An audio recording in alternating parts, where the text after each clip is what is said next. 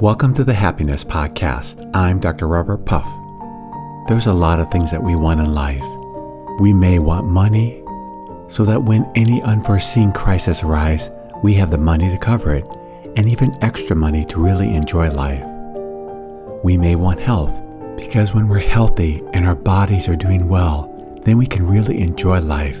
And when we get older and we have the time and perhaps even the money to really enjoy life, health is critical because if we're not healthy, all that work we put into to retire and live happily ever after goes away. We may want love of another person, love of our children that love us and we love them, because with this love, we find meaning and purpose in life.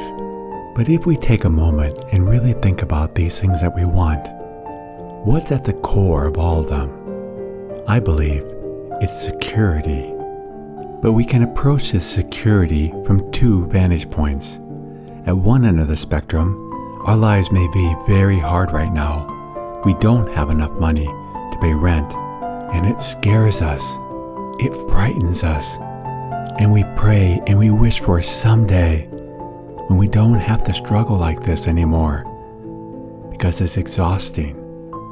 But at the other end of the spectrum, we may have everything that we think we want, but know that life changes, and very quickly it can suddenly change.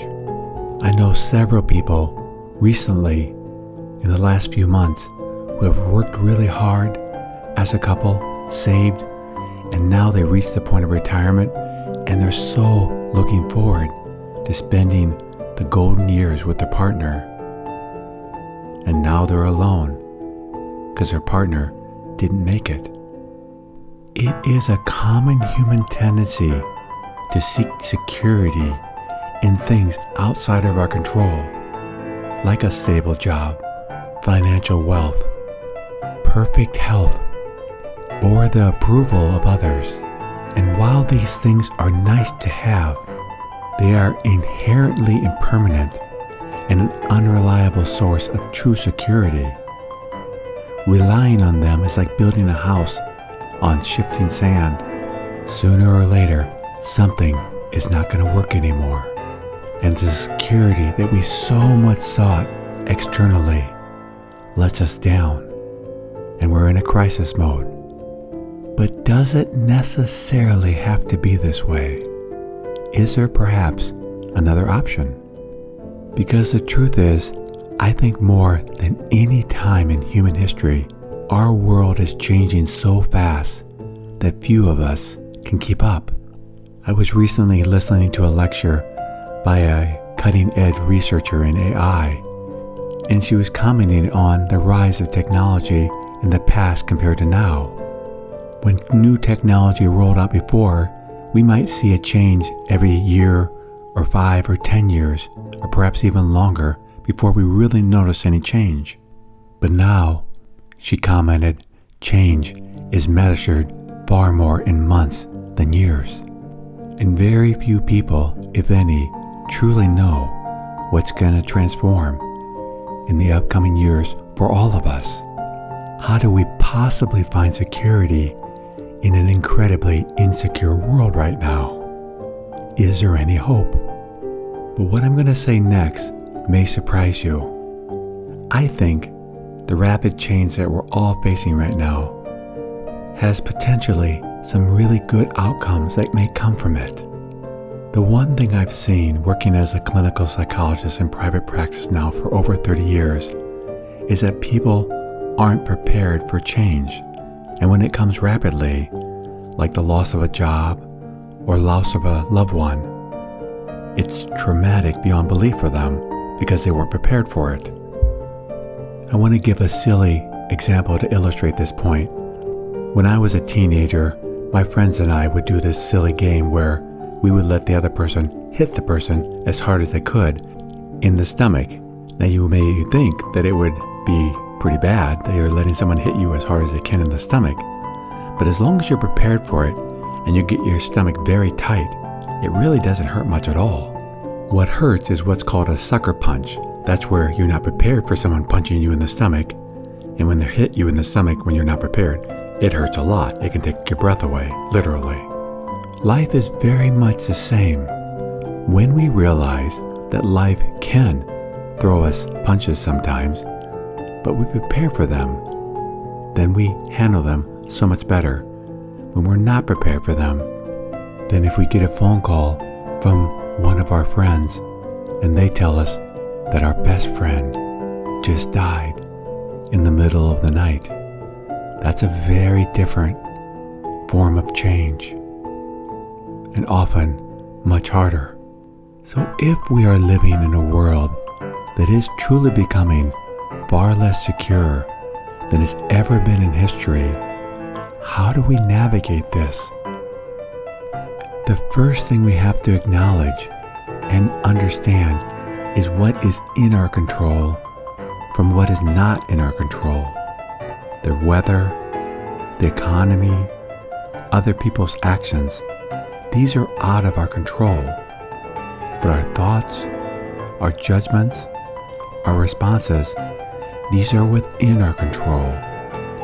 True security begins when we shift our entire focus from trying to manage the externals to cultivating our internals. In my recent book, The AI Future in You, I talk about how my father, when I was in high school, lost his job. And he could not control the loss of his job, but what he did learn to do was how to respond to the loss of his job. It took him a little time, but in the long run, because he responded so well to the loss of his job and got involved with helping the homeless people, it was a good thing that happened to him, not necessarily a bad thing. We find security in the space between what happens to us and how we react, the stimulus versus our response. Our goal is to widen that space, so instead of having a knee-jerk reaction, we can make conscious, deliberate choices. This is where our power lies. One of the most beautiful examples of this in history is Nelson Mandela, who, during his lifetime, was in prison for 27 years. He had every reason to be consumed by hatred and desire for revenge. But what did he do?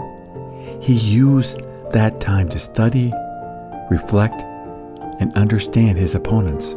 By mastering his own response to immense injustice, he was able to lead South Africa towards reconciliation instead of civil war upon his release. Truly a beautiful soul. Now I want to talk about the deeper issue of security in an unsecure world, and that's going beyond mere acceptance.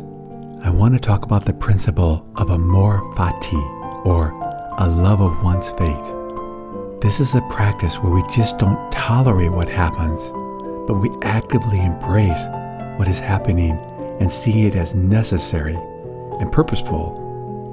It means treating every obstacle, every challenge, every misfortune as an opportunity to practice virtue, strength, and resilience. When I was a kid, I knew that patience was a virtue. So I would actually at night, during my prayers, pray for patience. And everyone warned me, if you pray for patience, God's going to send you really tough challenges. But I knew patience was an important lesson for me to learn. So I did pray for it. And I'm thankful that I did. In the short run, other people were right, but in the long run, I'm so grateful that my heart learned patience. In life, in our beautiful world, one of the best examples of amor fati is Theodore Roosevelt. He suffered from severe asthma as a child and faced immense personal tragedy as an adult, including the death of his mother and his wife on the same day. Instead of being crushed by his fate, he embraced a strenuous life, building his physical and mental fortitude.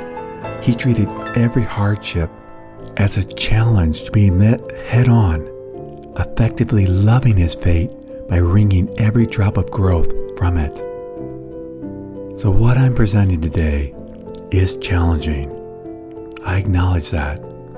But I believe our world is facing potentially unimaginable insecurities in the future that we all are going to have to face. But our feelings of insecurity are rooted in anxiety about the future. The most powerful antidote to overcome this insecurity is to ground ourselves in the present moment. The only place where we can actually make a choice or take action is in the here and now. It doesn't mean we don't prepare for the future, but we do it without fear, without anxiety, knowing that there's so many things we're not in control of, but what we are in control of is immensely powerful and actually all we need to live a good life, to find happiness, because in the present moment, there's just always something beautiful to be with. And if we're not clinging onto anything or needing anything to be a certain way, then we flow with life, and life becomes a beautiful adventure, one day at a time, one breath at a time. But when we cling, when we're looking for security in an unsecured world, inevitably we're going to find suffering. And we don't have to suffer. But what makes this challenging is that we have to let go of the external securities of life, realizing when we live one day at a time, we can do well. We can overcome any obstacle life throws at us. But when we cling to things, suffering is closely behind.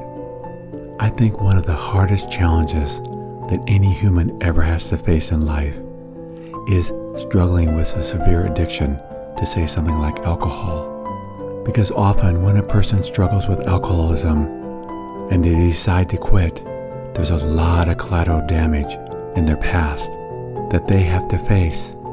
For someone battling addiction, the thought of staying sober forever is overwhelming. So they're taught to break an impossible future down into manageable parts.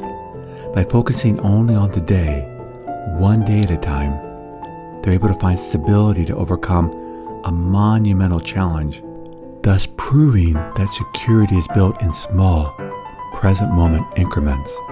Whatever are the challenges, whatever are the fears that any of us are facing right now, focus on the here and now. Tackle them one day at a time.